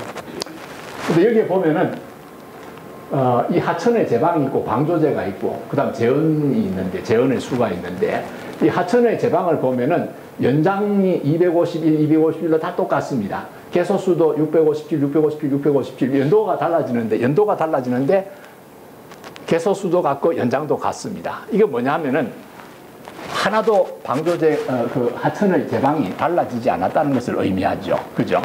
그리고 앞쪽에 이제 퀘션 마크가 있는데 이것은 아직 잘 모른다는 이야기죠. 자료가 없다는 이야기거든. 근데 방조제의 경우도 보면은 연장은 108km로 전부 다 똑같고 개소수는 103개로 다 똑같습니다. 그러니까 적어도 1913년부터 16년까지는 방조제고 하천의 제방이고 그러니까 새로 만들어진 건 하나도 없다는 이야기입니다. 그러니까 앞쪽에는 그럼 있었느냐? 퀘션 마크 있는 그 부분을 갖다가 이제 볼 수 있는 것은 간접적으로 확인할 수 있습니다만은 조선총독부 관보에서 그걸 갖다가 쭉 확인을 해보면은 이 당시에 만드는 것은 없습니다. 그러니까 퀘션 마크 있는 부분도 사실은 이 숫자가 그대로 똑같이 올라갔다고 보면 될 겁니다. 자, 그러니까 이 1909년 10년부터 시작해서 1916년까지 전라북도 통계연보에 의해 가지고 보면은 방조제라든가 혹은 하천의 제방이라든가 이런 것이 신축이 된 것이 없다는 이야기가 되고 앞에서 제가 설명드린 것하고 매우 정합적으로 잘 들어맞게 된다는 이야기입니다. 그렇죠? 자, 그러니까 아까 말씀드린 대로 1917년에 지도에서 진영도에서 이제 해안가를 따라 가지고 쭉 마킹을 했던 빨강색 선, 그 선이라고 하는 것이 모두 다가 조선시대부터 내려오던 수리시설이었다라고 하는 결론을 내리더라도 전혀 이상할 게 없다는 이야기죠. 그리고 그것은 조선시대, 조선 말기의 농업은 개간농업 단계를 벗어나서 해안가까지 그 활동 영역을 갖다 넓히고 있었다는 것을 알 수 있습니다. 시간을 너무 많이 가지 않나요? 이만큼 제가 말씀드리는 동안에 질문 있으시면 언제든지 하시면서 좀 자유롭게 하시고. 그 다음에 이제 그 다음에는 그 후지 흥업하고 후지 흥업의 간척지와 능제라는 것에 대한 이야기인데, 이영훈 교수는 뭐라고 쓰고 있느냐 하면은, 마찬가지로 소설 속 이야기다. 1920년대 초반 일본 농업회사 후지 흥업이 간척 공사를 벌였는데 3년간에 걸친 공사의 결과 2,500 정도의 새로운 농지가 조성되었다. 그 농지 영수는 간척지 한복판에 넓이 97만 평의 저수지였다. 라고 이제 이것은 이제 조정래 소설가가 쓴 겁니다. 아리랑 소설 속에 나온 이야기고, 여기서도, 그러니까 이것은 다음부터는 이영훈 교수 이야기입니다. 여기서도 후지 흥업의 간척지가 김제군의 어느 면인지 그 거대한 저수지의 이름이 무엇인지를 소설가는 지적하고 있지 않다. 실제 후지 흥업의 농장은 김제군 성덕면 일대에 분포하였고 소설가가 지목한 저수지는 아마도 성덕면의 능제일 것이다. 나는 소설가가 실제 능제를 방문했다고 짐작한다. 97만 평이란 저수 면적은 그때 얻은 수치일 것이다. 이렇게 이제 썼습니다. 이 소설가가 무책임하게 소설을 썼다는 이야기죠, 그죠? 자, 팩트 체크에 들어가겠습니다. 아까 말씀드렸죠. 후지 간따로라는 사람이 간척을 한 데가 어디냐 하면은 이 군산 아래쪽에 있는 이 지역입니다. 이게 그 지도에 보면은 후지 흥업 간척지라고 딱 써놨어요. 1917년 지도나 21년 지도에 보면은 21년 지도에 보면 확실하게 써놨습니다. 이 후지 흥업 간척지라고 딱 써놨고 여기에 보면은 저수지가 하나 있는데 이 A라는 표시가 붙은 저수지가 있는데 이 저수지는 이름이 없습니다. 그냥 저수지에 써놨습니다. 그리고 김제군 성덕면이라고 하는 거, 이것은 뭐냐 하면 옥구군이에요. 옥구군이고, 이것은 김제군이라고 하는 이쪽 편인데 여기에 성덕면이라는 것이 여기에 있습니다. 그러니까 후지 흥업이라고 하는 것은 농장은 김제군 성덕면 여기에 있는 게 아니고 이게 옥구군에 있는 거라는 이야기죠. 누가 틀렸느냐 하면 이영원 교수가 완전히 틀린 겁니다. 그 다음에 여기 능제라는 것은 여기에 보면 만경이 있는데, 만경이라고 하는 곳이 있는데, 만경 바로 옆에 보면은 저수지가 하나 있어요. 이 저수지가 능제입니다. 그러니까 능제는 여기에 있는 게 아니고, 이게 그 후지흥업 옆에 있는 이 저수지는 이름이 없는 거고, 이거 능제가 아니에요. 능제는 여기에 있는 겁니다. 다시 한번 돌아가서 보실까요? 이 위치를 잘 한번 두고 생각을 해 보십시오. 그리고 앞으로 돌아가겠습니다. 여기서 뭐라고 했느냐 하면은, 여기서도 후지흥업의 간척지가 김제군의 어느 면인지, 그 거대한 저수지 이름이 무엇인지 소설가는 지적하고 있지 않다. 실제 후지흥업의 농장은 김제군 성덕면 일대 분포했다. 틀렸죠? 성덕면이 아니에요. 옥구군에 있는 거예요. 그죠? 후지흥업의 농장이. 그 다음 소설가가 지목한 저수지는 능제, 성덕 그 면에 있는 능제가 아니죠. 그것은 이름 없는 저수지입니다. 옥구군에 있는 거죠. 틀렸죠. 그러니까 이런 전부 엉터리를 가지고 다 써놨어요. 그 다음에 또 뭐냐 하면은 이 저수지는 1930년에 완공이 됐다고 이야기를 했는데 그것도 엉터리입니다. 왜냐하면은 대동여 지도에 보면 능제가 딱 나오거든. 대동여 지도에. 그죠? 그러니까 그것도 또 엉터리예요. 그러니까 도대체 맞는 말이 없습니다. 여기에. 이 짧은 글을 써놔놓고.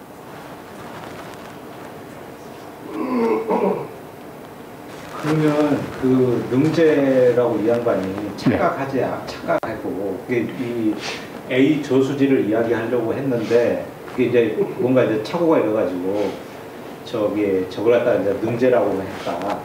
그럴 수도 있겠죠. 그 사실 자체는 어떻습니까? 저 이름 없는 저수지가 1930년도에 만들어졌는데. 아니, 그건 아닙니다. 20년에 만들어졌어요. 왜냐하면은 여기에 간척 사업을 1920년대에 지금 하는 거거든요. 그러니까 지금 요게 21년 지도인데, 여기에 보면 이제 처음으로 1916년 지도에서는 이게 없습니다. 이 방조제 표시가 없어요. 1921년 지도에 처음으로 방조제가 나오는데, 안쪽을 보면은 여기가 농지 표시가 아니에요. 농지 표시하고 다릅니다. 뭐가 되어 있느냐 하면은 벽돌처럼 이렇게 되어 있는 것은 염전이라는 소리예요. 그리고 나머지는 아직 이제 방조제만 막아가지고 안에가 제대로 그 간척이 안 됐기 때문에 지금 이제 표시가 전부 이제 이상하게 나와 있죠. 이 부분들은 전부 아직도 이제 제대로 표시가 아주 엉성하게 되어 있는 그런 것들이에요. 그러니까 이거 1921년의 지도에서도 아직도 이 상태고, 그리고 그 상태에서 이미 저수지 표시는 여기 나와 있죠. 저수지는 매우 중요합니다. 왜냐하면은 이 간척을 했는 경우에는 대체로 개펄을 하거든요. 개펄을 활용을 하니까 개펄 속에는 소금기가 굉장히 많이 들어있어서 그대로는 농사를 지을 수가 없습니다. 그래서 이제 이 간척 사업을 해서 만드는 논을 갖다 우리가 보통 갯논이라고 이야기하는데, 갯논을 농사를 지을 수 있는 그런 논으로 바꾸기 위해서는 탈염 작업을 해줘야 됩니다. 계속해서 물을 가지고 그냥 부어가지고 씻어내야 되죠. 그 탈염 작업을 해서 정상적인 농지로 만드는데 최소한 5년 정도가 걸린다고 이야기를 합니다. 근데 그런 과정을 거쳐야지 비로소 이제 이 간척을 한 논이 제대로 기능을 할 수 있는 논으로 바뀌어지게 되는 것이다. 그러니까 간척지의 경우에 있어서는 무엇보다도 더 많이 물이 필요합니다. 그래서 물이 필요하기 때문에 여기다가 이제 거대한 저수지를 만든 까닭이 거기에 있습니다. 이 개화도 간척지의 경우에도 보면은 개화도 간척지의 경우에 있어가지고 해방 후에 만들었습니다만은, 개화도 간척지의 경우에 있어서도 역시 마찬가지로 탈염 작업을 해야 되기 때문에 그 개화도 간척지에도 보면 굉장히 큰 저수지가 하나 딱 있어요. 전부 똑같은 이유입니다. 여기에 보면은 이게 대동여 지도인데, 그죠? 대동여 지도인데 여기가 이제 그 만경이거든요. 만경 옆에 보면은 능제하고 써놨으면 여기 능제가 딱 있어요. 그러니까 1930년대 능제를 처음 만들었다는 동진수리조합이라는 수리조합이 능제를 처음 만들었다는 것도 지나치게 일본인이 한 건 뭐든지 하여튼 해주는 그런 그 습성의 발로라고 저는 생각을 합니다. 실제로는 조선시대에 다 만들어져 있더라는 이야기죠.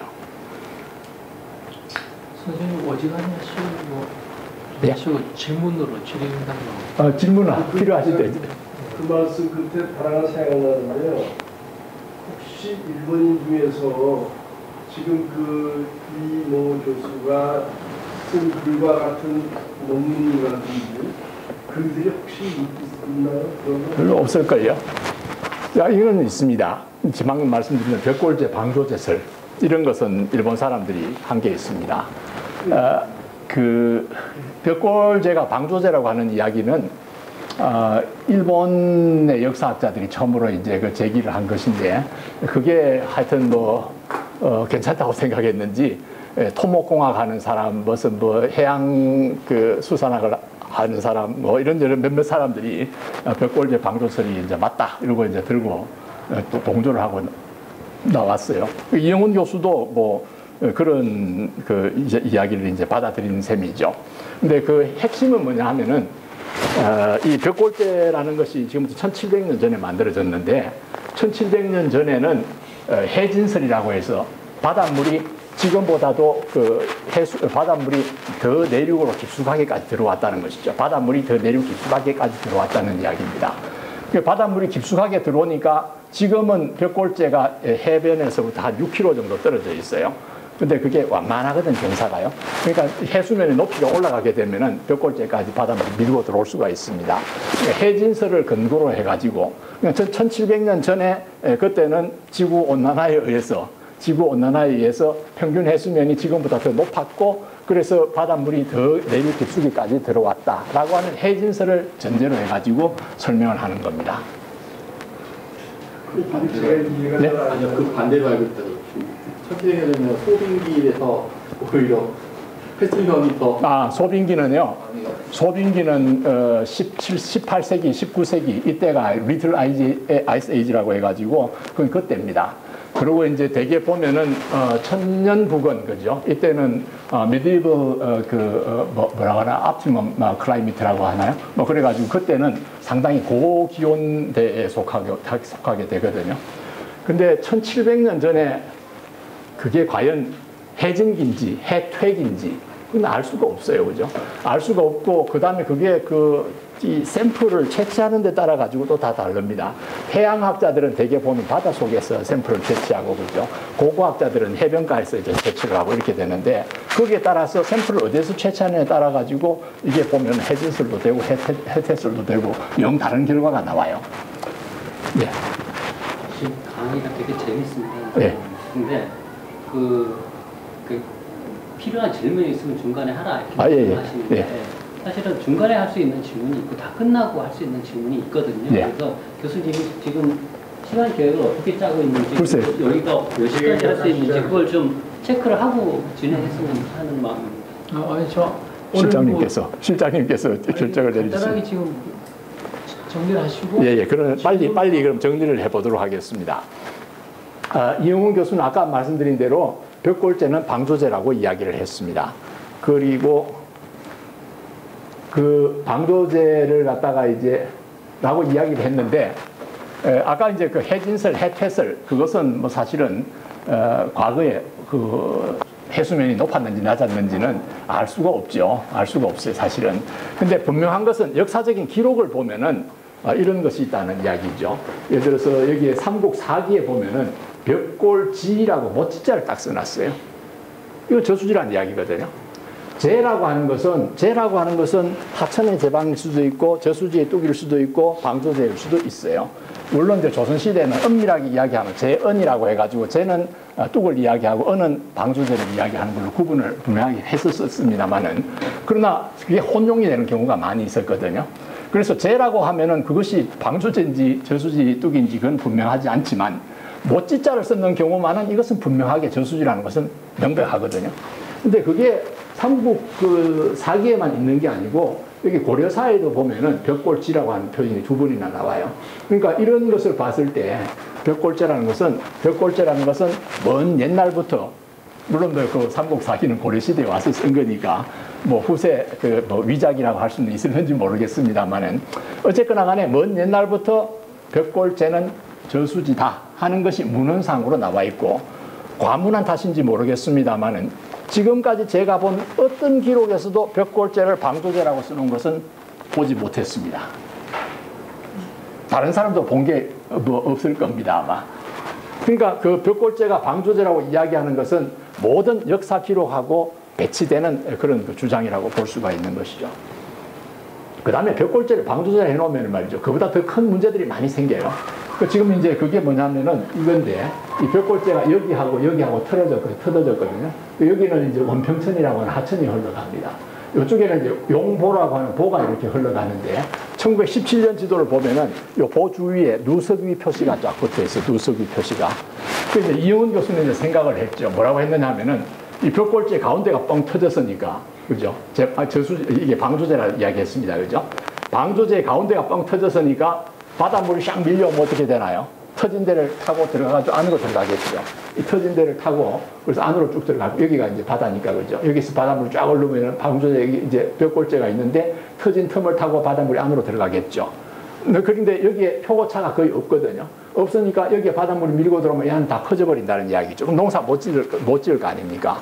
그러니까 이제 머리를 썼어요. 그래서 한 이야기가 요 옆에 여기에다 뚝을 갖다 쌓았다는 것이죠. 여기 1.5km 정도 길이가 되는데 요 뚝 양편으로 이제 그 뚝을 쌓아가지고 그 용보 그 양편으로 뚝을 쌓아서 그래서 이제 물이 범람하는 것을 막았다 이렇게 이야기를 했습니다. 근데 그건 넌센스입니다. 왜냐하면은 벽골재라는 것은 여기가 말이죠. 이 높이가 대개 보면 한 4m 이 정도 됩니다. 낮은 데는 3m도 있습니다만은 굉장히 높아요. 근데 그 정도의 높이를 갖는 뚝을 여기다 쌓았으면은 그러면 여기에는 그 무슨 뭐 10cm, 20cm짜리 뚝을 쌓아가지고 될 문제가 아니거든. 똑같이 4m짜리 쌓아야 됩니다. 그죠? 자, 그렇게 되면은 그게 아직 안 남아있을 리가 있나요? 남아있죠. 그죠? 그리고 또 어느 미친놈이 여기서 200-300m만 이으면 될 거를 여기에서 1.5km, 여기에서 1.5km 양편으로 하면 3km 아니에요. 그죠? 3km의 벽골재와 같은 것을 거대한 그 구조물을 만들겠어요. 그러면 그 바보 같은 소리예요. 그 다음 더 웃기는 것이 뭐냐 하면은 여기서 그럼 바닷물이 들어오고 난 다음에 1.5km 지나고 나면 어떻게 될 거냐? 다 범람해 버립니다. 왜냐하면은 이 안쪽은 말이에요. 표고차가 30cm가 안 돼요. 다 비슷평균이다. 거의 평균이거든. 그러니까 도대체 말이 안 되는 소리를 하고 또 이제 더 웃기는 이야기는 뭐냐 하면은 이게 이제 용보라고 계속 주장을 합니다. 여기에 있는 이것하고 이런 것들이 용보라고 하는 것을 주장을 하고 아마 조선 왕실이 그것을 갖다가 이제 관장을 했을 거다. 이렇게 이야기를 하는데 보라는 게 뭐냐 하면은 농업 용수를 갖다 공급하는 거거든요. 그런데 바닷물이 여기서 그 들락거리는 그런 걸 전제로 한다면은 이 물은 농업 용수를 쓸 수가 없습니다. 보가 아니란 이야기죠. 그죠? 자기가 보라 해놓고 보가 아닌 것을 부정을 해버리는 그런 그 모순이 또 생기게 되는 것이죠. 그러니까 어느 쪽으로 이야기하더라도 말도 안 되는 소리를 했다는 것을 증명을 할 수가 있습니다.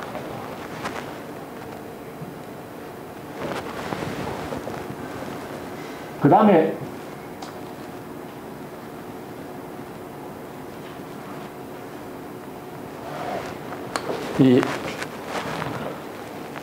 무슨 동진 농사수리조합이나 이런 데서 만드는 그 동진 수리조합에서 만드는 지도를 보면은 여기에 그 서포제하고 여기가 서포제가 있고 여기 대창방조제가 있는데 대창제가 있는데 이런 것들이 1920년대에 만들어졌다고 써놨거든요.